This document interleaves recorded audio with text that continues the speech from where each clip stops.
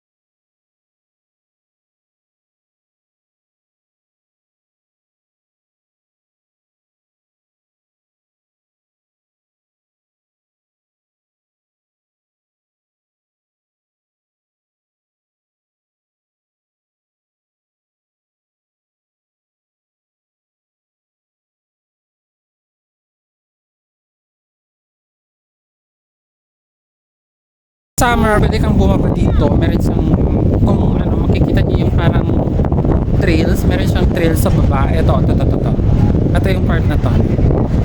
Ito, dyan sa mga yan.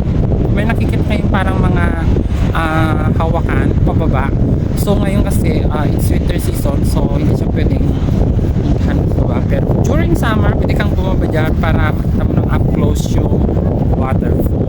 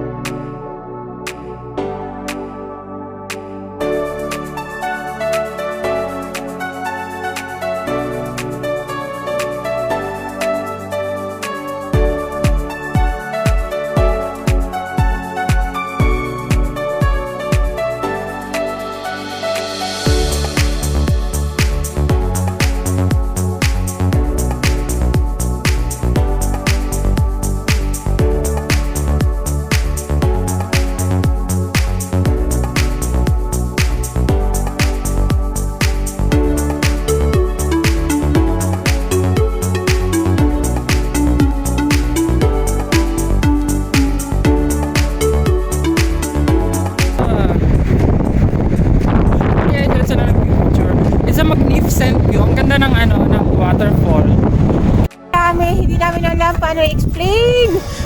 Saya-saya! Yes! Because of my husband's birthday travel! Birthday mahal!